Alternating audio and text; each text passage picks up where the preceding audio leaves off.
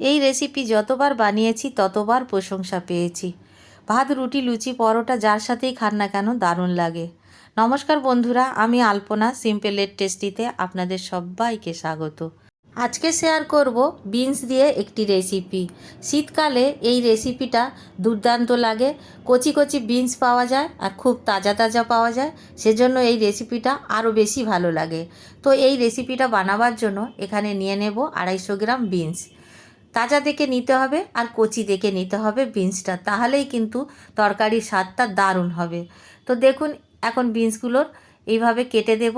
তো যেহেতু কচি আছে তাই কোনো রকম আঁশ হয়নি, তো সাইডগুলো এইভাবে দুদিকে কেটে নেব। এখন আমি ছোট ছোট করে কেটে নেব।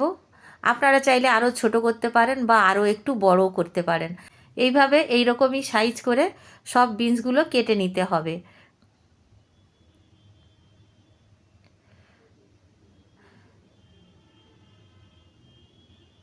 এখন আমি এইভাবেই সব বিনসগুলো কেটে নিয়েছি। দেখুন, যতটুকু বিনস কাটতে বাকি আছে এইভাবেই কেটে নেব। আপনারা চাইলে পরিমাণে আরও একটু বেশি বা কম নিতে পারেন। তো দেখুন বন্ধুরা, কেটে নিয়েছি। এখন আমি পেঁয়াজ কেটে নেব। তো এখানে আমার একটা পেঁয়াজ লাগবে, তো সেই একটা পেঁয়াজ কেটে নিচ্ছি। মিডিয়াম সাইজ পেঁয়াজ একটা দিলেই হবে। যে পরিমাণে বিনস নিয়েছি এইরকমই সাইজের একটা পেঁয়াজ হলেই কিন্তু রান্নাটা দুর্দান্ত হবে। তো পেঁয়াজটাকে এইভাবে কুচি কুচি করে কেটে নেব। ভিডিওটি যদি একটুও ভালো লাগে লাইক, শেয়ার, কমেন্ট করে দেবেন। আমার চ্যানেলে নতুন বন্ধু হলে প্লিজ একটা সাবস্ক্রাইব করে দেবেন। পেঁয়াজটা আমি কুচি কুচি করে কেটে নিয়েছি। একই সাইজের একটি টমেটো আমি কেটে নেব।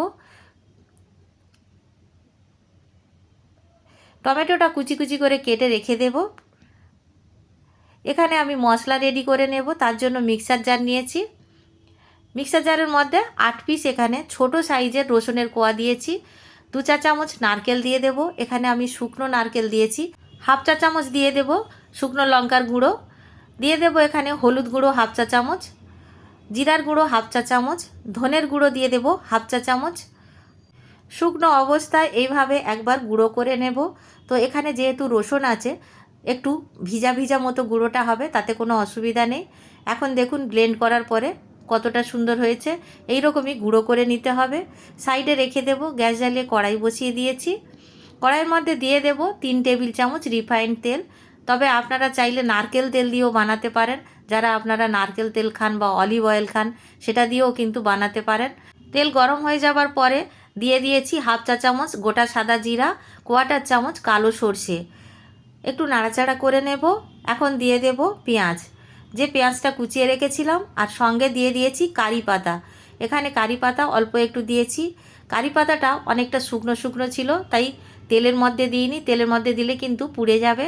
পেঁয়াজের সঙ্গে এইভাবে দিয়ে দিতে হবে। তো পেঁয়াজের সাথে সুন্দর করে ভেজে নেব কারি পাতাটা। 1 মিনিট ভালো করে ফুল আঁচে নাড়াচাড়া করে নেব। এইভাবে নাড়াচাড়া করে নেবার পরে দিয়ে দেব 1 চা চামচ আদা রসুন বাটা।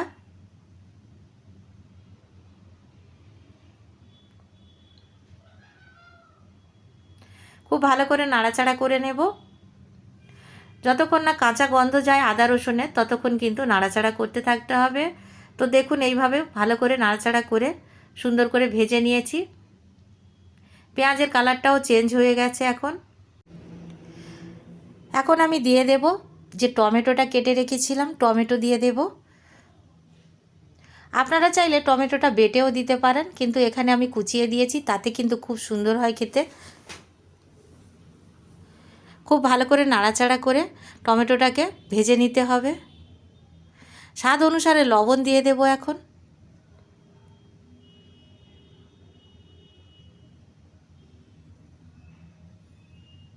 লবণটা দেওয়ার পরে খুব ভালো করে আরও একবার নাড়াচাড়া করে নেব। এখন ঢাকা দিয়ে সেদ্ধ হতে দেবো মশলাগুলো। 3 মিনিট লো ফ্লেমে রেখে দিয়ে ঢাকাটা খুলে এখন আবার নাড়াচাড়া করে দেব। টমেটোটা একেবারে গলে গেছে।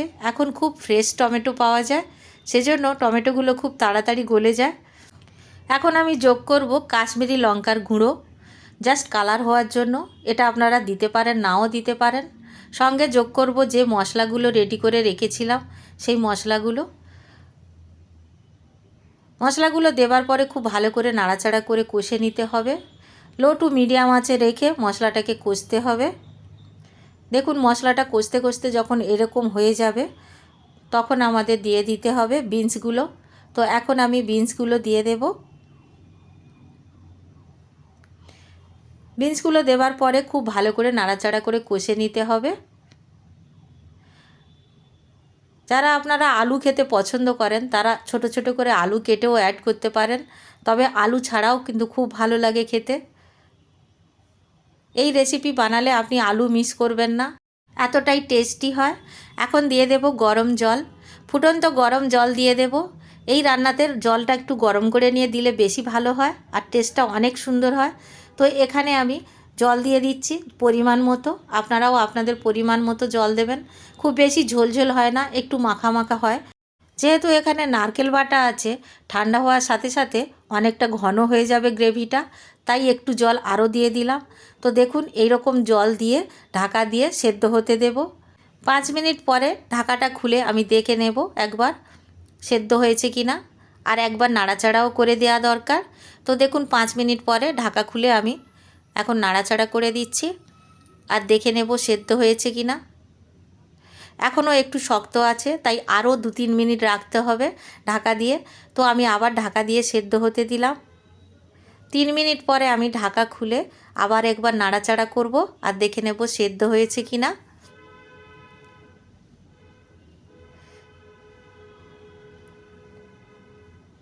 খুব সুন্দরভাবে দেখে মনে হচ্ছে সেদ্ধ হয়ে গেছে। তো একটা আমি এইভাবে দেখে নিলাম, খুব সুন্দর সেদ্ধ হয়ে গেছে। এখন আমি গ্যাসের ফ্লেমটা অফ করে দেব।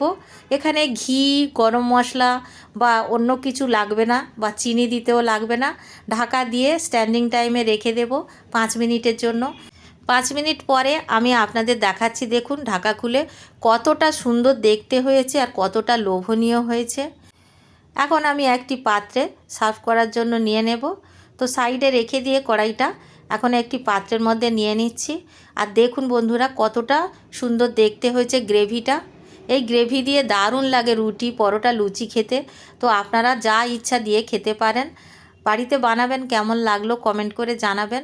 রেসিপি যদি ভালো লাগে একটা লাইক করে দেবেন, শেয়ার করে দেবেন আর কমেন্ট করে জানাবেন। আমার চ্যানেলে নতুন বন্ধু হলে সাবস্ক্রাইব করতে ভুলবেন না যেন। আজকের এই পর্যন্ত, দেখা হবে পরের ভিডিও নতুন কোনো রেসিপির সঙ্গে। সুস্থ থাকবেন, ধন্যবাদ, নমস্কার।